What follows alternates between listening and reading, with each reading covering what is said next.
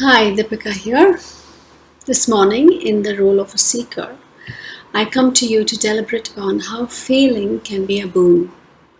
So many individuals today are dealing with a profound sense of having lost their bearings. Loss occurs on so many levels of existence that there is nothing about it that is commonplace. There are no keywords that express the exact experience of it.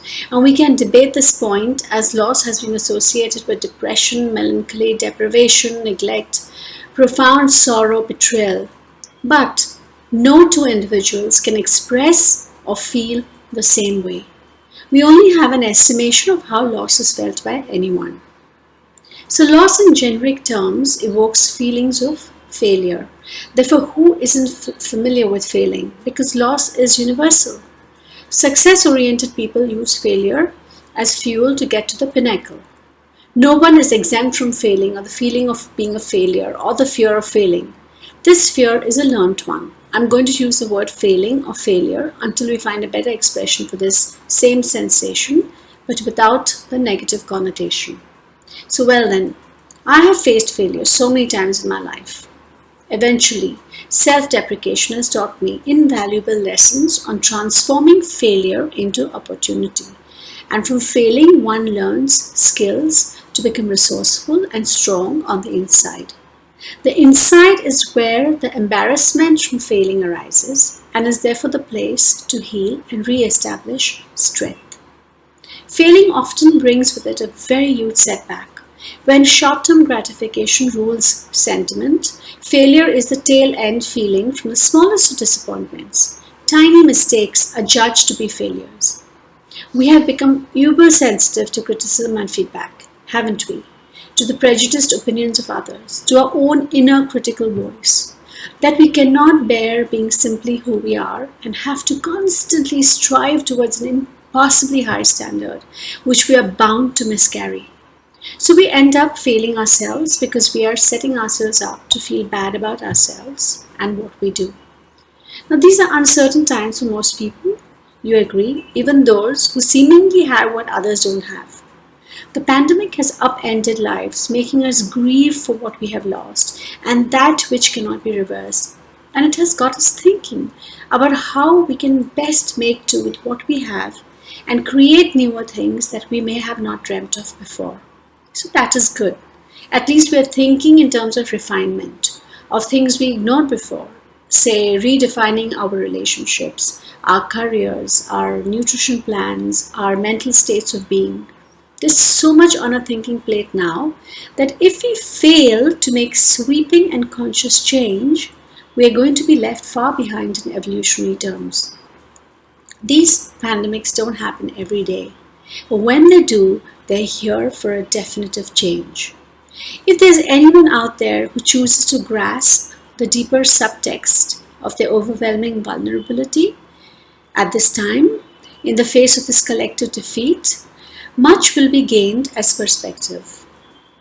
An opportunity to face these fears of being jobless, of encountering for the first time perhaps our inauthentic relationships, of having to closely deal with our mortality, of accepting impermanence of our closely guarded wealth, our prestige, our possessions, our money, of ceding a much valued role in society. So these things have been gained and lost in the past as well. We have seen it happening to others, to ourselves, but we have ignored previously the existence of our internal feelings and judgments towards self, labeling us as failures or morons or idiots. And we have in the past projected these unwanted feelings onto others, deflecting our responsibility towards accepting and releasing such feelings. A job that should be done in our very own psyche. So who can we blame for the pandemic? Another nation? The universe? Our karmic debt? None of which is going to solve the day-to-day reality of millions of poverty-ridden and homeless people. And that is why from the burgeoning discontent have arisen mutual aid groups to bridge the persistent and yawning inequality amongst the two sections, and perhaps assuage our own guilt. But even while we pledge our personal resources for the upliftment of the disenfranchised, we must, as best as we can, deal with our own particular brand of insecurities and frustrations. This is not just about what's out there. This is about what's happening in here. This is our individual chance to salvage from the wreck at least the reconcilable matter of our lives. That's perhaps our hope to win a comforting future. So when collective standards of safety and security methods fail in the macrocosm, we may perceive it as a personal failure, for each of us contributes to the collective consciousness with our thought patterns, with our beliefs, our emotional countenance. A small energy vortex surfaces within us, invoking our curiosity about our own faith and hopes. So our attempts to create a significant life comes up against a massive experience such as this. Many people call this experience as devastation. Mostly it's easy to identify or term something as having failed if we are geared mentally towards failing. It's never enough for someone to tell us we are good, because internally we lack faith in our ability to be successful. So there have to be other ways to understand why we believe ourselves to be eternal failures and how to overcome this damaging self-sabotage. The very first thing I would do is classify the experience correctly as a redeemable mistake or a happening beyond our control. In my understanding, there is nothing like failure as an outcome. There is a failing to do something, like a failure to act, etc., which makes the action of failing a behavioral response rather than a personal defect. And what can be done after the occurrence of the mistake decides the fate of the outcome. If you constantly see your attempts failures, you're choking the very breath that can infuse you with renewed enthusiasm to keep trying, to try again. Whereas if instead you see in here prospective positive change in your original perspective or your habitual reactions to life, you may bring an altered conclusion to your efforts. The second thing you can do is to pick up any associated meanings you use to describe your experience of failing, to do what you intended to do. So labeling ourselves or our intentions as how we see an outer experience as a personal weakness or failure, personal weakness or fault. So betrayal is seen as failure to measure up to someone else's expectations. Heartbreak, failure to be lovable. Loss, failure to guard something. Disappointment, failure at being perfect. Depression, failure to grasp what makes us happy. Rage, failure to behave properly, etc., etc. So everything that happens in the external becomes a very personal defect. We take personal responsibility for it more than what is necessary. So to give you an analogy, when previously for a mistake you may have committed, someone called you inefficient, you internally accepted their judgment as true. Your reaction may have been to switch off or freeze.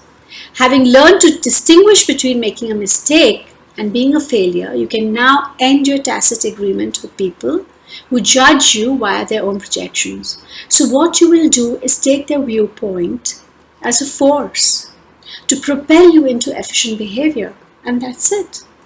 What it takes is choosing to know yourself as efficient in the first place. This person is in your life to show you faulty areas in your thinking that lack self-confidence and self-belief. Instead, what you do is internalize an opinion they have of you. What they think of you, what they do think of as you is irrelevant to you, unless of course you want to concur with them. And if you don't wish to believe in their forecasted vision of who you are, then drop the victimization. Start to act what you want to believe as being you. Each time I have personally labeled my output as a failure, I have also scrutinized it for something else. Something like a breaking out of false belief patterns about myself that I've owned for so long. Discovering more of myself by acknowledging and then dropping off some redundant parts has always been a lifelong mission, and that's the only way I have known to structure my ego beyond external pressure. And what I believe we continuously work on other ways we can express our emotions, and the tide keeps changing into something positive and incremental. Each time you discover an emotional side unknown to you before, you put together yet another aspect of your beingness. And this is the only way to become whole and sculpted, the way we fashion ourselves according to our own values and not how others see us. So another way to look into is where and how do you feel a sense of purpose in your life. This is where you shine. This is where you light up each single day, where you know yourself as an important person, doing an incredibly unique thing, contributing your very essence to the world, especially now. And even if it's done quietly and without accompanying applause from others, so be it. When we develop in those areas of our life that make us feel proud of who we are, what we do, our achievements, here in this world, that will seem like success. And if we don't follow the inclinations of our soul and bring passion and willpower to what needs development in us, then we will be forever haunted by feelings of failure. So acceptance plays a big part in sparing yourself discontent. However, if you mistakenly choose to hide from being seen, recognized, rewarded, then again you're courting feelings of failure. Wholesome pride is a damn good thing too, and many of us lack it for various reasons. If you are someone that feels diminished or undervalued in some way, big chance that you're doing this to yourself first.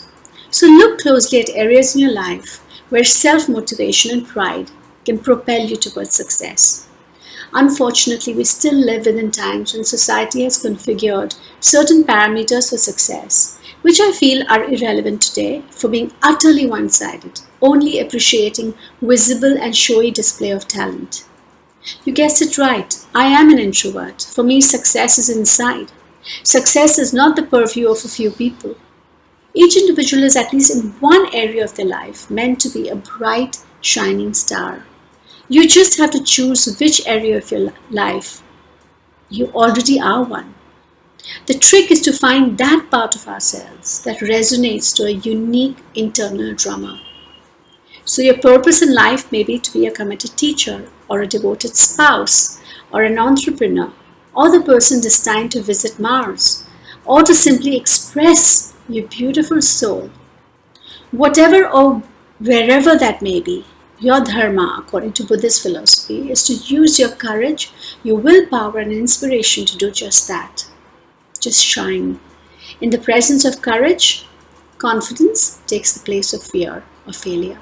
It was so good to talk to you about this. It has been on my mind forever. Thank you so much for listening, and we shall meet again tomorrow. Goodbye. Have a lovely evening. Help Talks are daily health-related talks held at Health Education Library for People, Mumbai, India. For more information visit www.healthlibrary.com. Subscribe to Help Talks channel. Be better informed about your health.